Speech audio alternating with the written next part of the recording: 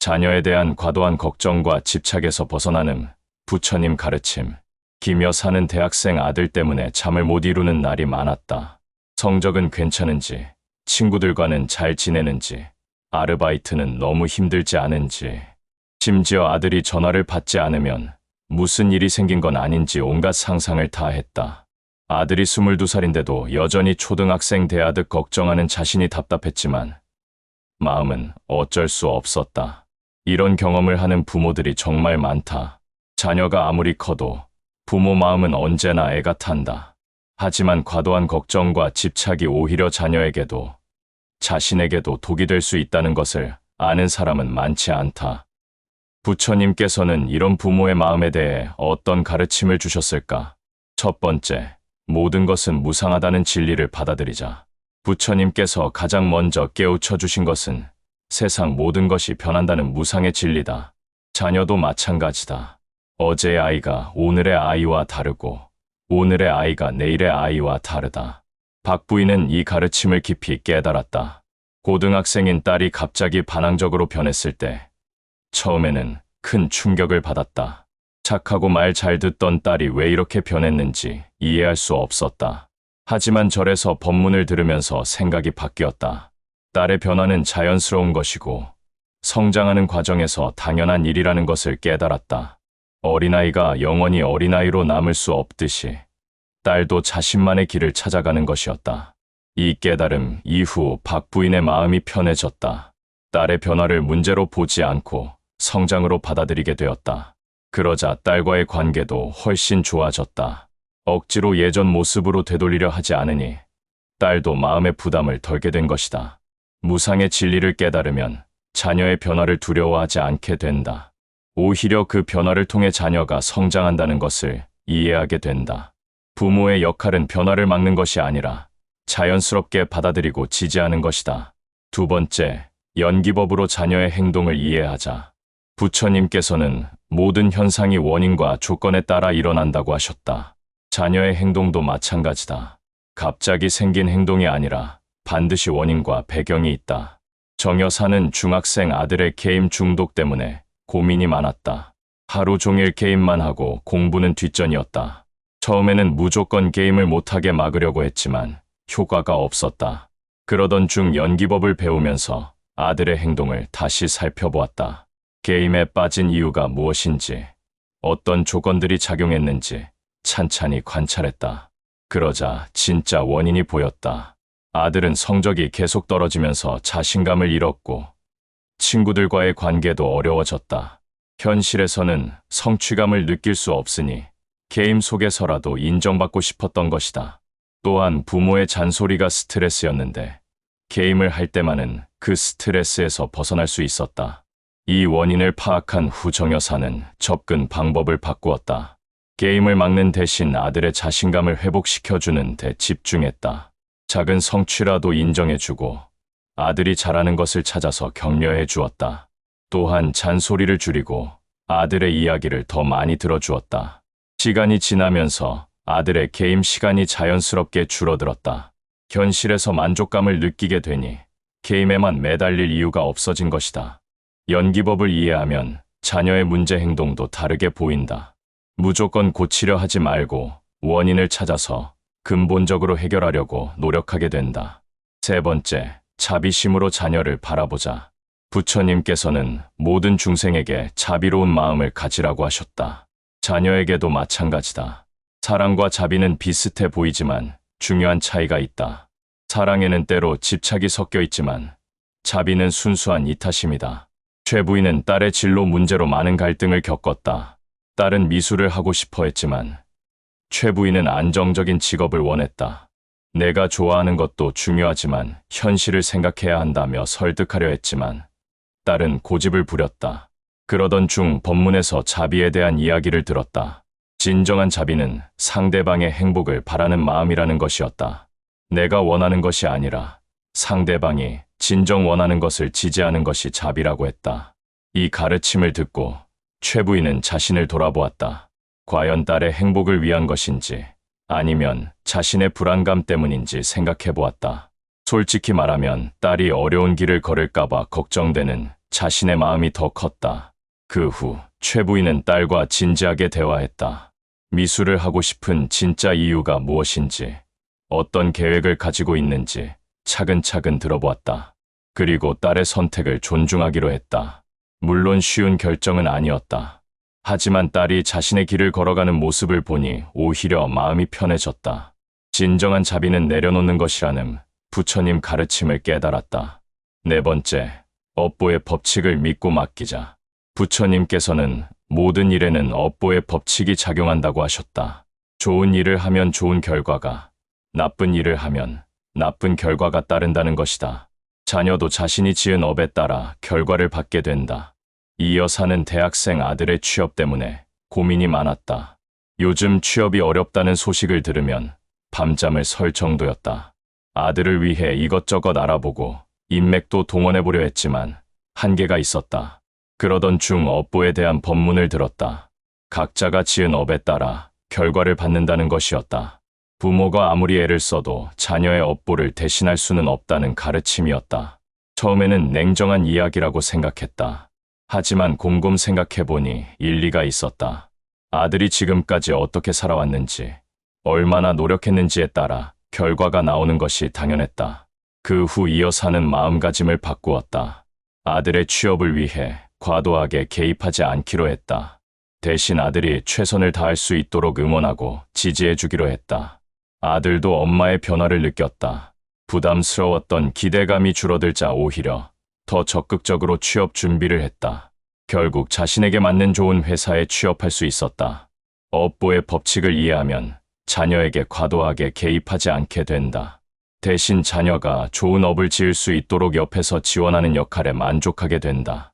다섯 번째, 중도의 지혜로 균형을 찾자. 부처님께서는 극단적인 것을 피하고 중도를 걸으라고 하셨다. 자녀에 대한 관심도 마찬가지다. 너무 무관심한 것도, 너무 간섭하는 것도 좋지 않다. 적절한 선을 찾는 것이 중요하다. 송 여사는 고등학생 딸과의 관계에서 이 균형을 찾는데 어려움을 겪었다. 처음에는 딸의 모든 것을 관리하려 했다. 공부 스케줄부터 친구 관계까지 하나하나 체크했다. 하지만 딸은 점점 반발했다. 그래서 이번에는 완전히 손을 떼었다. 딸이 알아서 할 것이라고 생각하고 아무 말도 하지 않았다. 하지만 딸은 오히려 방황하기 시작했다. 그러던 중 중도에 대한 법문을 들었다. 양극단을 피하고 적절한 균형을 찾는 것이 지혜라는 가르침이었다. 자녀에 대한 관심도 이 원칙을 적용할 수 있다는 깨달음을 얻었다. 그 후 송 여사는 새로운 방식을 시도했다. 딸의 자율성은 존중하되 필요할 때는 적절한 조언을 해주었다. 강요하지는 않지만 관심은 계속 표현했다.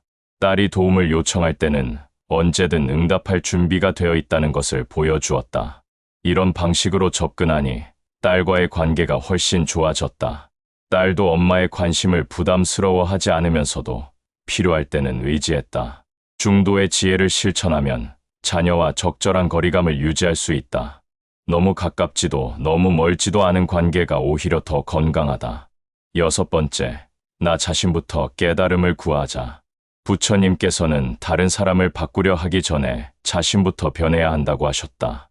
자녀를 걱정하는 마음도 결국 자신의 마음이다. 자녀를 바꾸려 하지 말고 자신의 마음을 다스리는 것이 우선이다. 한 여사는 아들의 공부에 대해 늘 불만이 많았다. 성적이 오르지 않는다고 아들을 다그치기 일쑤였다. 하지만 아들의 성적은 나아지지 않았고 모자 관계만 악화되었다. 그러던 중 자기 자신을 돌아보게 되었다. 왜 아들의 성적에 그렇게 집착하는지 깊이 생각해 보았다. 솔직히 말하면 다른 사람들 앞에서 자랑하고 싶은 마음, 자신의 체면을 지키고 싶은 마음이 컸다. 이것을 깨달은 후 한 여사는 자신의 마음부터 다스리기 시작했다. 아들의 성적에 일희일비하지 않으려고 노력했다. 대신 아들이 행복한지, 건강한지에 더 관심을 기울였다. 그러자 신기하게도 아들이 변하기 시작했다. 엄마의 압박감이 줄어들자 공부에 대한 스트레스도 덜해졌다. 오히려 자발적으로 공부하는 시간이 늘어났다. 자기 자신부터 깨달음을 구하면 자녀에 대한 집착도 자연스럽게 줄어든다. 내 마음이 평정을 찾으면 자녀와의 관계도 저절로 좋아진다. 7번째, 감사하는 마음을 기르자. 부처님께서는 현재 가진 것에 감사하라고 하셨다. 자녀에 대해서도 마찬가지다. 부족한 점만 보지 말고 감사할 점을 찾아보자. 조 여사는 딸의 성격 때문에 고민이 많았다. 내성적이고 소극적인 딸이 사회에 나가서 잘 적응할 수 있을지 걱정되었다. 그래서 딸을 더 적극적으로 만들려고 이런저런 시도를 했지만 소용없었다. 그러던 중 감사에 대한 법문을 들었다. 현재 상황에 감사하는 마음을 가져야 한다는 가르침이었다. 조 여사는 딸에게 감사할 점이 무엇인지 생각해 보았다. 생각해 보니 딸에게는 나름의 장점이 많았다. 착하고 정직했으며 깊이 있게 생각하는 능력도 있었다. 또한 책을 좋아해서 풍부한 지식을 가지고 있었다. 이런 점들을 인정하고 감사하기 시작하니 마음이 편해졌다. 딸을 바꾸려 하지 않고 있는 그대로 받아들이게 되었다. 그러자 딸도 자신감을 되찾기 시작했다. 자신의 장점을 인정받으니 더 당당해진 것이다. 감사하는 마음을 기르면 자녀의 단점보다 장점이 더 많이 보인다. 그러면 자연스럽게 걱정보다는 사랑이 앞서게 된다. 8번째, 놓아줌의 지혜를 실천하자. 부처님께서 가르치신 가장 중요한 지혜 중 하나가 바로 놓아줌이다. 집착하지 않고 내려놓을 때 진정한 자유를 얻을 수 있다. 자녀에 대한 걱정과 집착도 마찬가지다. 김 부인은 결혼한 딸 때문에 마음이 편하지 않았다. 딸의 시댁 생활이 어떤지, 남편과는 잘 지내는지 늘 궁금했다. 전화를 자주 했지만 딸은 귀찮아하는 기색이 역력했다. 그러던 중 놓아줌에 대한 가르침을 들었다. 진정한 사랑은 붙잡는 것이 아니라 자유롭게 해주는 것이라는 말씀이었다. 김 부인은 이 가르침을 깊이 새겼다. 그 후 딸에게 연락하는 횟수를 줄였다. 대신 딸이 연락할 때까지 기다려주었다. 처음에는 불안했지만 점차 마음이 편해졌다. 신기하게도 딸이 먼저 연락하는 횟수가 늘어났다. 엄마의 부담스러운 관심이 줄어들자 오히려 더 편하게 이야기할 수 있게 된 것이다. 모녀 관계도 훨씬 자연스러워졌다. 놓아줌의 지혜를 실천하면 자녀와 더 좋은 관계를 만들 수 있다. 억지로 붙잡으려 할 때보다 자유롭게 해줄 때 더 가까워진다. 9번째, 현재 순간에 집중하자. 부처님께서는 과거에 얽매이지 말고 미래를 걱정하지 말고 현재에 충실하라고 하셨다. 자녀에 대한 걱정도 대부분 미래에 대한 것들이다. 지금 당장 일어나지도 않은 일을 미리 걱정하는 것은 의미가 없다. 박 부인은 초등학생 아들의 미래가 늘 걱정이었다. 공부를 지금처럼 하면 좋은 대학에 갈 수 있을지, 좋은 직업을 가질 수 있을지 하루 종일 그런 생각뿐이었다. 아들이 놀고 있으면 지금 놀 때가 아니다라며 다그치기 일쑤였다. 하지만 현재에 집중하라는 부처님 가르침을 들은 후 생각이 바뀌었다. 아직 일어나지도 않은 10년 후 일을 미리 걱정하는 것보다 지금 아들이 행복한지에 관심을 기울이기 시작했다. 현재의 아들을 보니 나름대로 열심히 살고 있었다. 학교에서 친구들과 잘 지내고 좋아하는 축구도 하고 책도 읽었다. 굳이 미래를 걱정할 필요가 없다는 것을 깨달았다. 현재에 집중하기 시작하니 마음이 한결 편해졌다. 아들도 엄마의 압박 없이 자유롭게 자신의 속도로 성장할 수 있었다. 10번째, 자녀도 부처가 될 수 있는 존재임을 믿자. 부처님께서는 모든 중생이 부처가 될 수 있는 불성을 가지고 있다고 하셨다. 자녀도 마찬가지다. 지금 부족해 보여도 언젠가는 깨달음을 얻을 수 있는 소중한 존재다. 최 여사는 반항적인 고등학생 아들 때문에 속상한 날이 많았다. 부모 말은 듣지 않고 자기 마음대로만 하려 했다. 도대체 언제 철이 들까 싶어 한숨만 나왔다. 하지만 자녀도 부처가 될 수 있는 존재라는 가르침을 듣고 관점이 바뀌었다. 아들이 지금 겪고 있는 방황도 성장의 과정이라고 생각하게 되었다. 언젠가는 스스로 깨달음을 얻고 성숙한 사람이 될 것이라고 믿기 시작했다. 이런 믿음을 가지니 아들을 보는 눈이 달라졌다. 문제아가 아니라 성장하고 있는 소중한 존재로 보게 되었다. 그러자 아들에게 더 인내심을 가질 수 있었다. 시간이 지나면서 아들도 변화했다. 엄마의 따뜻한 믿음을 느끼고 점차 마음을 열기 시작했다. 완전히 달라지지는 않았지만 예전보다 훨씬 성숙해졌다. 자녀의 무한한 가능성을 믿으면 현재의 부족함에 너무 매달리지 않게 된다. 긴 호흡으로 자녀의 성장을 지켜볼 수 있는 여유가 생긴다. 이런 부처님의 가르침들을 실천하면 자녀에 대한 과도한 걱정과 집착에서 벗어날 수 있다. 물론 하루아침에 되는 일은 아니다. 오랫동안 몸에 밴 습관을 바꾸는 것은 시간이 걸린다. 하지만 조금씩이라도 실천해보자. 자녀를 위한다면서 하는 걱정이 오히려 자녀에게 부담이 될 수 있다는 것을 기억하자. 진정한 사랑은 놓아주는 것이라는 부처님의 가르침을 마음에 새기자. 그리고 무엇보다 자녀는 부모의 소유물이 아니라는 것을 받아들이자. 각자의 업보와 인연에 따라 살아가는 독립적인 존재다. 부모의 역할은 길을 대신 걸어주는 것이 아니라 옆에서 응원해주는 것이다. 자녀에 대한 집착을 내려놓으면 오히려 더 좋은 관계를 만들 수 있다. 서로에게 부담이 되지 않는 건강한 관계가 형성된다. 그것이 바로 부처님께서 가르쳐 주신 진정한 사랑의 모습이다. 부모도 자녀도 모두 행복해지는 길. 그것이 바로 부처님 가르침이 제시하는 해답이다. 실제로 이런 가르침을 실천한 부모들은 놀라운 변화를 경험했다. 자녀에 대한 걱정이 줄어들자 오히려 자녀와의 관계가 더 좋아졌다. 억지로 통제하려 하지 않으니 자녀들도 자연스럽게 마음을 열었다. 정말 중요한 것은 자녀의 행복이다. 부모가 원하는 모습이 아니라 자녀 자신이 원하는 삶을 살 때 진정한 행복을 느낄 수 있다. 부처님의 가르침은 바로 이 점을 깨우쳐준다. 또한 부모 자신의 행복도 중요하다. 자녀 때문에 밤잠을 설치고 스트레스 받으며 사는 것은 부처님께서 원하시는 삶이 아니다. 자녀도 소중하지만 자신의 마음의 평화도 지켜야 한다. 이것이 이기적인 생각이라고 여길 필요는 없다. 부모가 평안해야 자녀에게도 좋은 에너지를 줄 수 있다. 불안하고 걱정 많은 부모보다는 평온하고 지혜로운 부모가 자녀에게 더 도움이 된다. 부처님께서는 중생의 고통을 덜어주기 위해 이런 가르침을 주셨다. 자녀에 대한 과도한 집착도 결국 고통의 원인이다. 이 고통에서 벗어나는 길을 부처님께서 친절하게 알려주신 것이다. 물론 이런 가르침을 실천하는 것이 쉽지는 않다. 수십 년간 몸에 밴 걱정의 습관을 하루아침에 바꿀 수는 없다. 하지만 조금씩이라도 노력한다면 분명히 변화를 경험할 수 있다. 먼저 자녀를 바라보는 관점을 바꿔보자. 내 소유물이 아니라 독립적인 존재로 인정하는 것부터 시작하자. 그리고 자녀의 선택을 믿어보자. 비록 지금은 부족해 보여도 언젠가는 스스로 깨달음을 얻을 것이라고 믿어보자. 또한 현재에 집중하는 연습을 해보자. 미래에 대한 걱정보다는 지금 이 순간 자녀가 어떤지에 관심을 기울이자. 지금 행복하다면 미래도 분명히 좋을 것이다. 감사하는 마음도 기르자. 자녀의 단점만 보지 말고 장점도 찾아보자. 건강하게 자라준 것만으로도 충분히 감사할 일이다. 그리고 무엇보다 자신의 마음을 다스리는 연습을 하자.